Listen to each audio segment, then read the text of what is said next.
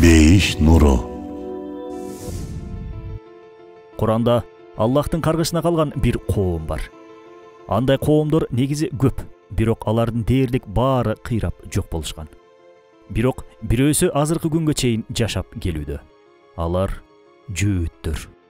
Башкача айтканда, бузуку Исраил уулдары. Аллах аларга неге наалат айтты дей турган болсоңуз, дүйнөнү бузукулукка түрткөндүктөрү үчүн. Демейде бир адамды бузукулукка тарткан адам болот. Бир үй бүлөнү, бир айылды, макул бир шаарды бузган адамдар бар. Булар өз бузукулуктарын бүткүл дүйнөгө жайышкандыгы менен каргышка калышкан. Каргышталган жөөттөр кече жана бүгүн.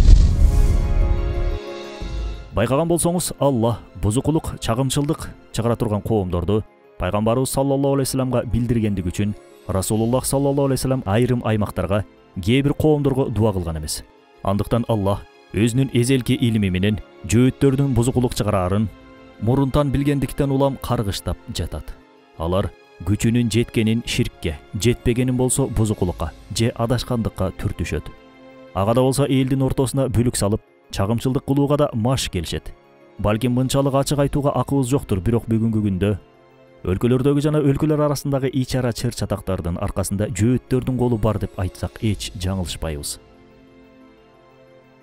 Жалпы жондан Исраил уулдары 12 уруудан турат. Исраил Якуб алейхисаламдын башка бир аты. Анын 12 баласы болгон. Бул 12 уруу да ошол 12 уулга барып такалат. Алардын ичинен Юсуф алейхисалам менен Беньяминди калган 11 туугандан бөлүп турган айырмачылык апаларынын башка болгондугу. Натыйжада бул 12 уруунун баары Азирети Якубка барып такалат. Булардын ою боюнча 13-чүсү дагы бар. Алар башка дин улуттардан келген жөөттөр. Бирок бул 13-чү урууга кирген жөөттөрдү Исраил уулдары өз кулдары катары көрүшөт. Жөөт болуу жөөт төрөө менен тыгыз байланышта. Жөөттөрдүн дини ошону менен бирге алардын улуту. Бизде динибизге кайсы улуттан келсе да аны бир туугандаштырып, кучак жайып тосуп алабыз го. Аларда мындай эреже жок. Жөөт энеден төрөлүү менен гана Яхуди динине өтүүгө мүмкүн. Алардын дини ишенимдерине караганда, жараткан Аллах дүйнөнү алар үчүн жараткан имиш. Жана дүйнөнүн борбору катары Арзы Мевут, башкача айтканда, убада кылынган жер деп Кудус, анын борбору Акса мечити. Итикаттары, ишенимдери боюнча табынган жерлерин кайрадан 3-чү ирет курушат. Андан кийин дүйнөгө өкүм жүргүзүшөт. Анткени Муса алейхисалам буларды Арзы Мевутка алып баруу үчүн абдан аракеттенген. Бирок ошол жолдо кайтыш болуп өмүрү жеткен эмес. Арзы Мевутка булар Давуд алейхисаламдын доорунда киришти. Сулайман алейхисаламдын учурунда көтөрүлүштү. Ошол доорлордо булар Сулайман ибадатканасын курушат. Ал ибадаткана тарыхта падышалар тарабынан 2 ирет кулатылган. Буга кайра эле жөөттөрдүн өз кыянаттары себеп болгон эле. Биринчисинде Вавилон өкүмдөрү жыкса, экинчи жолкусунда Римдин Титус деген падышасы жыккан. Бүгүнкү ыйлоо дуалы деп аталган дуал ошол 2 талкалануудан кийин калган калдыгы. Жөөттөр кайрадан ушул жерди тургузушуп, дүйнөгө өкүм жүргүзүшмөкчү. Бирок булардын эске албай жаткан дагы бир жагдайы бар. Убадаланган жер Курандын айтуусу боюнча салих кулдардыкы болчу. Аллах Таала Анбия сүрөсүнүн 105 аятынын маанисинде ушундай дейт. Убадаланган жерге менин салих кулдарым мураскор болот. Ооба, аятта ачык эле айтып жатат. Салих болушса гана убадаланган жерге ээ чыга алышат. Убадаланган жерге ээ болуу салих болуу менен камыр-жумур байланышта. Анын уруу менен, кан менен эч бир байланышы жок. Жан менен байланышы бар. Салих кулдар гана. Кассам колунун арыстандары өмүрүндө намазын бир жолу да каза кылбаган, жалаң гана Куранды толук жат кылган хафиздерден гана куралган. Куранда сүрөттөлгөн салихчилик касиети дал ушул колдо бар көрүнөт. Эгер убадаланган жер, башкача айтканда Кудус чындап эле аларга убадаланган болгондо, Азирети Умар, Салахиддин Аюби багындыра алмак эмес. Аллах аларга убадалангандан баштап өмүр бою аларда калмак. Тарыхка бир көз чаптырсаңыз, Кудуста улам-улам кол алмашып тургандыгына күбө болосуз.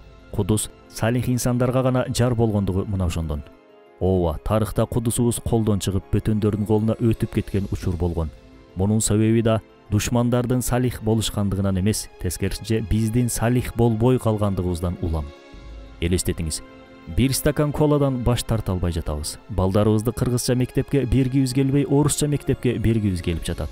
Аялдарыбыздын соц тармактагы сүрөттөрүн өчүрө албай жатабыз. Кудус сыяктуу аймактар үчүн 1000 сомубузду бере албай жатабыз. Анан кайдагы жихад, кайдагы боштондук. Бирок үмүтсүз болбойбуз. Күчтөн жетишинче нафсыбиз менен жихад кылып, салихтикти, таквалыкты жашообузга киргизишибиз абзел. Себеби Куранда жогоруда айткандай, бул жерди салихтер бошотолот, салихтер алалат. Бул маселенин бизге караган жагы. Кудус багындырылганга чейин Салахиддин Аюбиге бир жаш жигит келип, өрткө толо сөздөрү менен Кудусту эмнеге багынта албай жатабыз? Качанга чейин колго ушуруп отура беребиз? Султан катары бир чечим кабыл албайсыңбы? Дейт. Эртеси багымдатта Салахиддин Аюби жамааттан кечээ Кудусту эмнеге багынта албай жатабыз деп суроо салган жигит кайда деп сурайт. Жамааттагылар уктап келе албай жаткандыгын айтышат. Ошондо көсөм Салахиддин: "Мына ошон үчүн багынта албай жатабыз. Уктап калабыз, намаздарыбызды ойлонбойбуз" деп айткан экен. Анын сыңары өз напсибизди, уйкубузду жеңээр күчүбүз болбосо, душманды эмне менен жеңгени жатабыз? Куру сөз мененби? Комментарийлер мененби? Чампайган кардыбыз мененби? Мактанган катындарыбыз мененби? Гүрүлдөгөн темир тулпар мененби? Евро ремонттуу заңгараган турагыбыз мененби? Айтыңызчы. Сөздөн ишке өтө турчу заман келип жетпедиби? Эң башта Кудустан парз болуп келген 5 убак намазды тургузалы. Анан да көзгө бир нерсе кирсе, кол тазалагандай, колго текен сайылса, көз карагандай, биз да бир денедей болуп биригишибиз керек. Бирибизди бирибиз колдоп, жөлөп таяп өсүшүбүз керек. Товар ала турчу болсок, болушунча ата мекендик өндүрүштөрдү, ал болбосо мусулман боордошторубуздун өндүрүштөрүн, товарларын алып, өз очогубузга күл тартышыбыз зарыл. Биргели, бир бололу, душманга каршы бир туралы, бир муштум бололу. Ананда жөөттөрдүн оюнда бир гана Кудус эле эмес, бүткүл дүйнө алардын тартылып алынган жерлери, баардык адамдар алардын кулдары. Алардын ишенимдери ушундай болгондуктан, каалагандарын кылуу ары сооп, ары пазилет болуп саналат. Ишеними ушундай болсо, жашоосу да ошого жараша болот эмеспи? Ошондуктан жөөттөр адам өлтүрүүдөн рахат алышат. Наристеби, ымыркайбы, жашпы, карыбы, эркекпи, аялбы эч ылгашпайт. Бүгүндө кайерлерге кол салып жаткандыгын көрүп жатпайбызбы? Аллах булардын жаңылыш пикирлерин тизгиндөө үчүн убак-убагы менен аларга өз кылычтарын жөнөтүп турган. Кылыч десе, кадимки кылычты элестетпеңиз. Аларды тукум курут кылып курууга аракет кылган ар падыша, ар султан, ар бир жетекчи өздөрү да билбестен Аллахтын жазалоочу кылычы болуп беришкен. Жөөттөрдүн эң чоң күнөөлөрү Аллахка ишенишпегендиги. Муса алейхисаламдын доорунда буларга Аллах асмандан даяр ырыскыларды жамгыр сыяктуу жаадырган болчу. Бирок булар бул ырыскылар эртең келбей калса, Аллах убадасында тура албай калса, ач калабыз деген коркунуч менен келген ырыскыларды жашырып чогулта башташат. Ар бир адам башканы да өз сыяктуу көрөөрү чын. Жөөттөр өздөрү сөзүндө турбаган жалганчы болушкандыгын улам, беришен болгон Аллахты да өздөрүндөй ойлоп, ошондой көз карашта карап жатышкан. Аллахка ишенбей жаткан булар адамга кантип ишенмек эле? Жөөттөрдүн мындай ишеничсиздиги өз учурунда Муса алейхисаламды аябай бездирген. Салыштыруу иретинде айта турчу болсок, Аллах пайгамбарыбыз саллаллаху алейхи вассаламга Куранды Жабраил алейхисалам аркылуу вахий менен жөнөттү.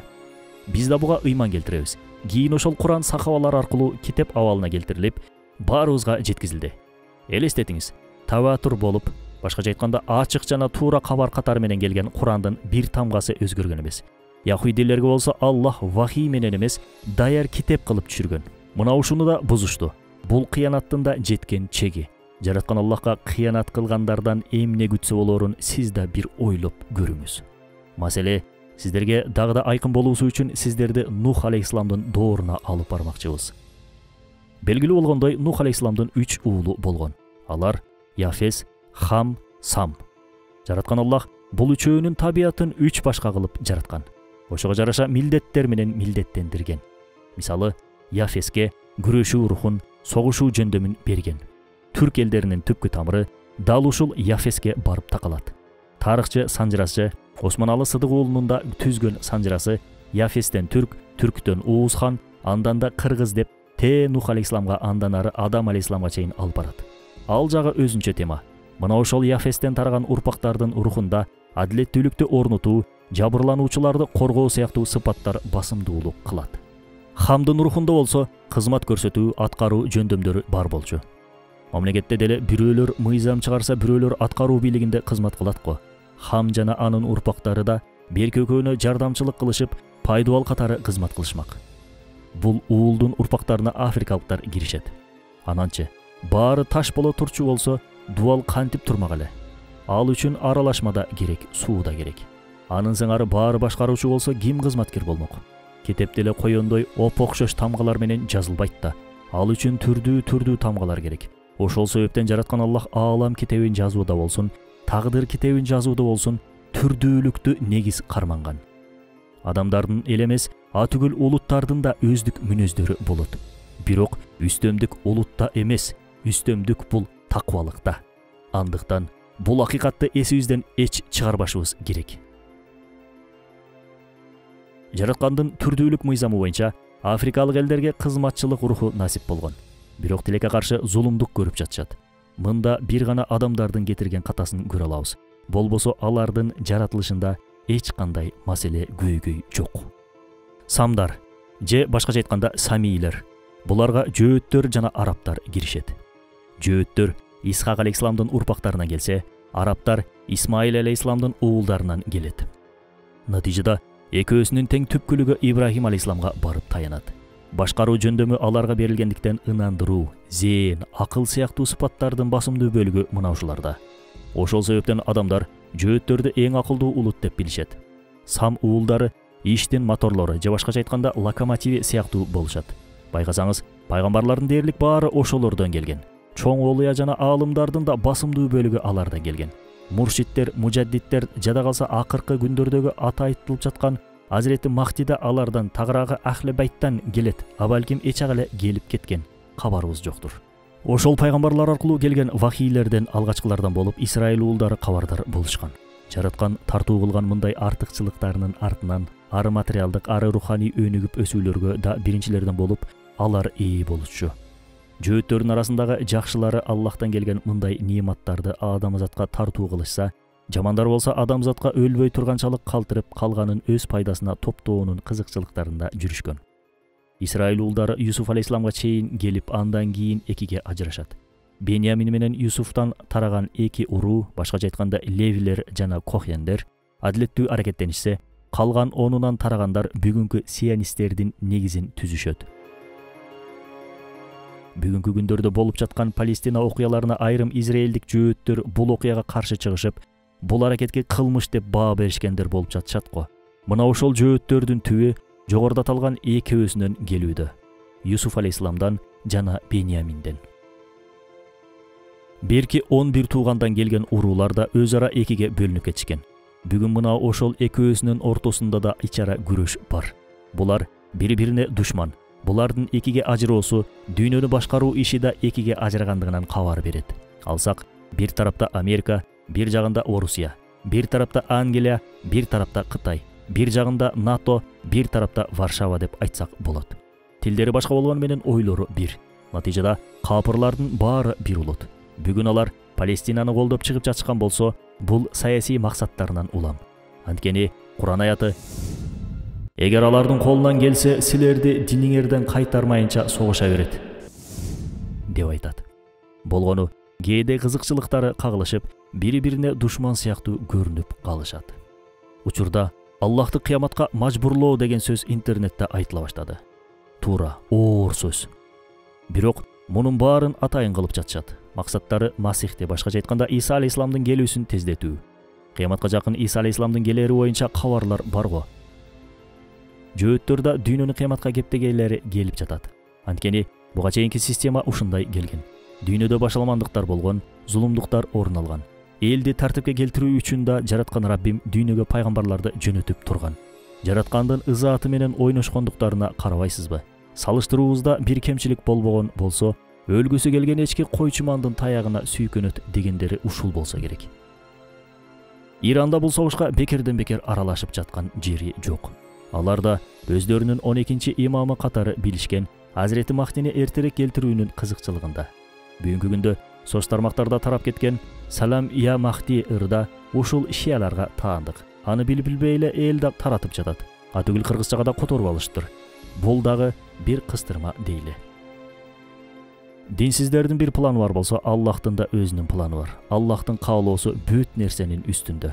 Аллахтын тагдыры кепке келгенде көз көр болот, кулактар укпас болот, калемдер жазбас болот. Муну кылган Аллах мээримдүү затпы? Мээримдүү зат. Даанышман затпы? Даанышман зат. Андай болсо өз милдетибизди кылалы. Аллахтын милдетине аралашпайлы.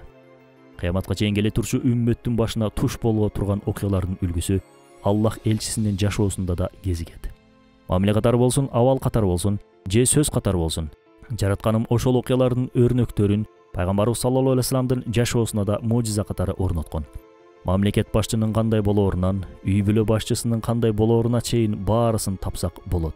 Анан да аялдар менен кандай мамиле кылуу керектигин түрдүү мүнөздөгү аялдар менен жашап көрсөткөн.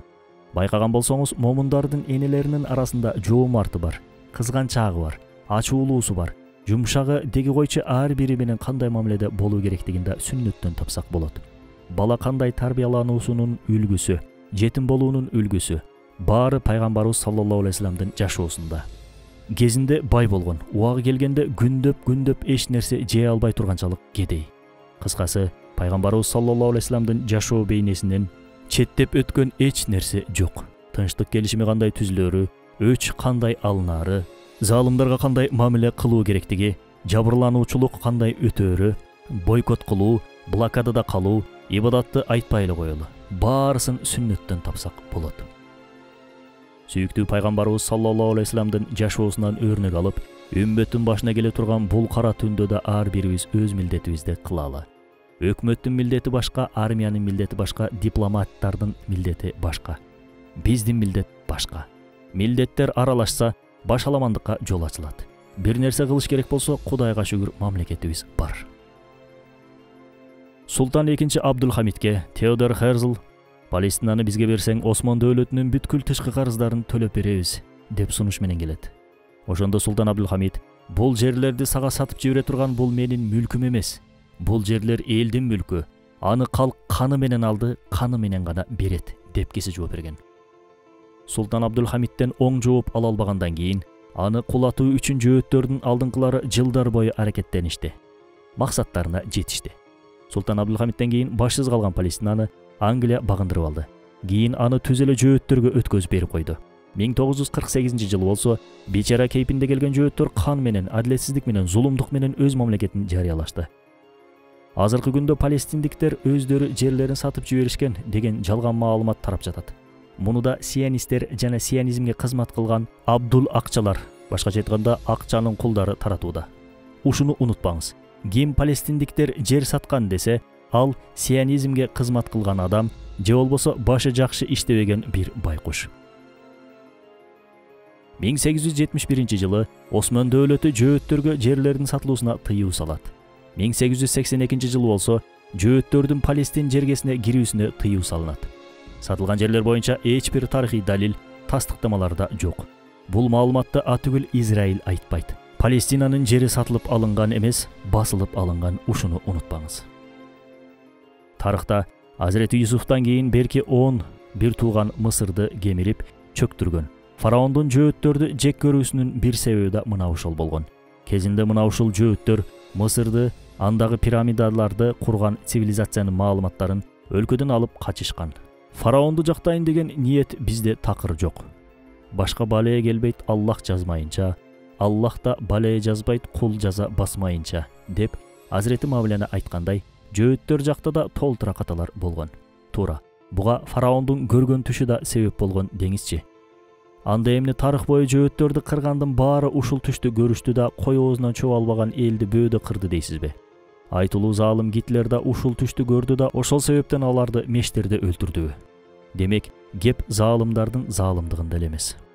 Жөөттөр салих болушканда, эстерине келип жакшы адамдарга айланышканда ар дайым кутулушкан.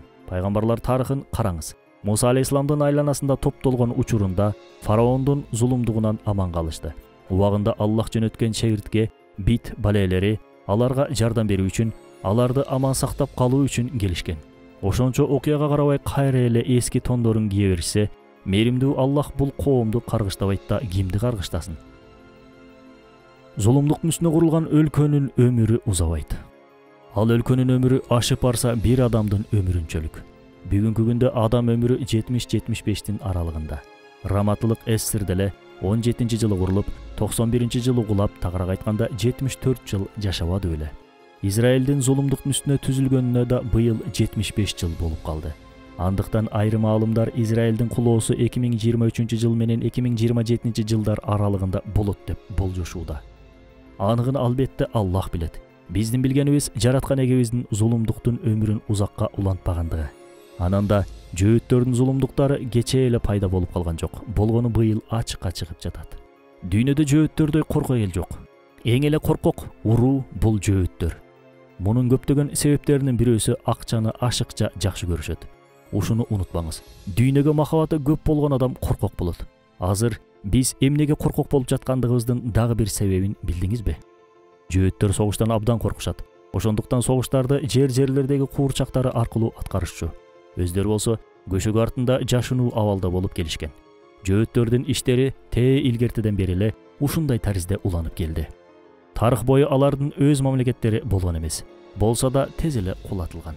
Чындыгында бүгүн деле жөөттөрдүн бир мамлекети жок. Израиль булардын өлкөсү эмес. Израиль жөн гана көргөзмө.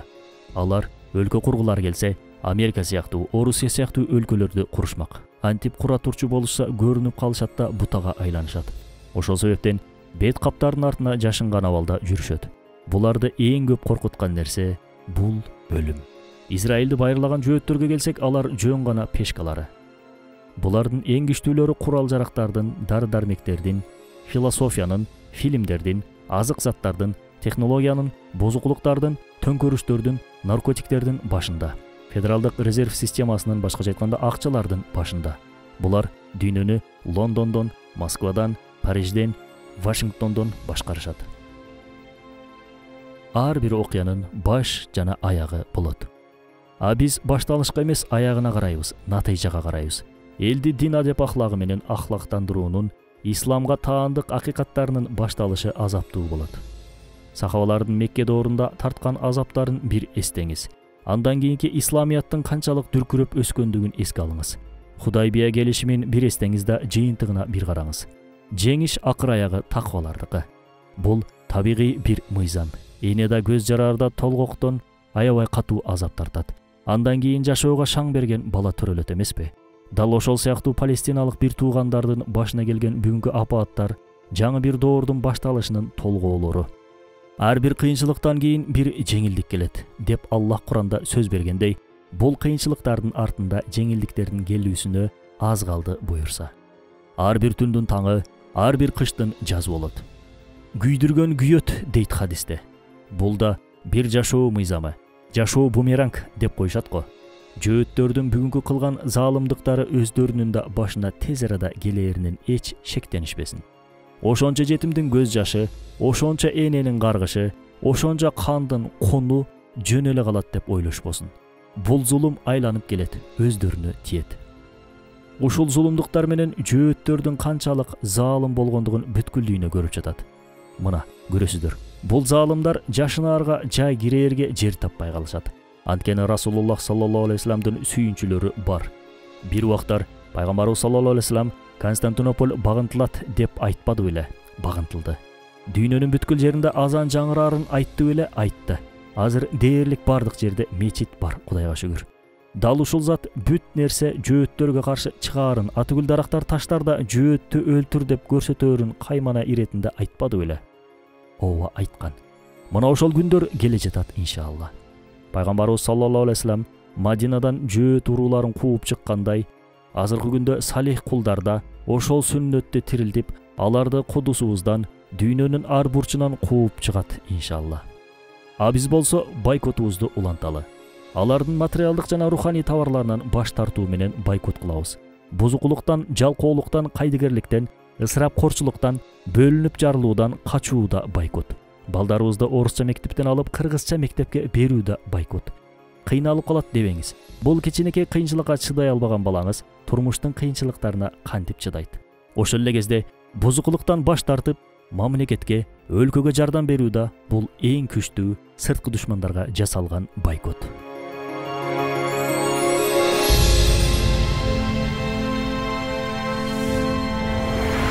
бейиш нуру.